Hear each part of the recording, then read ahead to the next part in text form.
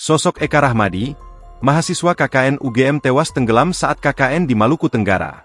Universitas Gadjah Mada, UGM, tengah berduka atas wafatnya salah satu mahasiswa terbaiknya, Septian Eka Rahmadi, dalam insiden perahu terbalik di perairan Debut, Kabupaten Maluku Tenggara, Selasa, 1 Juli 2025, pukul 15.28 WIB. Septian berpulang saat menjalani kuliah kerja nyata, pembelajaran pemberdayaan masyarakat, KKN PPM. Ia adalah mahasiswa program studi Teknologi Informasi, Departemen Teknik Elektro dan Teknologi Informasi, Fakultas Teknik UGM. Direktur Pengabdian kepada Masyarakat, DPKM, UGM, Rustamadji, mengenang korban sebagai pribadi cerdas, bersahaja, serta memiliki komitmen tinggi dalam belajar dan mengabdi kepada masyarakat. Septian juga dikenal tekun dalam studi dan aktif dalam kegiatan sosial kampus. Kami kehilangan sosok muda yang penuh potensi dan semangat.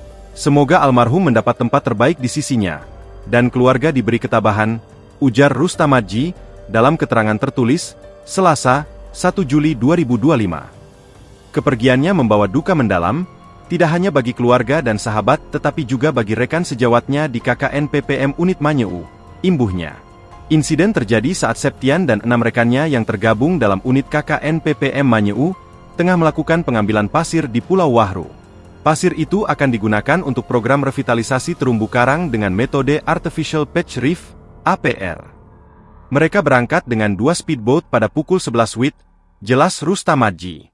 Dalam perjalanan kembali, salah satu perahu dihantam gelombang pasang dan angin kencang hingga terbalik. Septian ditemukan meninggal dunia, sementara 1 mahasiswa lainnya masih dalam pencarian. 5 mahasiswa lainnya berhasil diselamatkan. Download Tribun X sekarang, menghadirkan lokal menjadi Indonesia.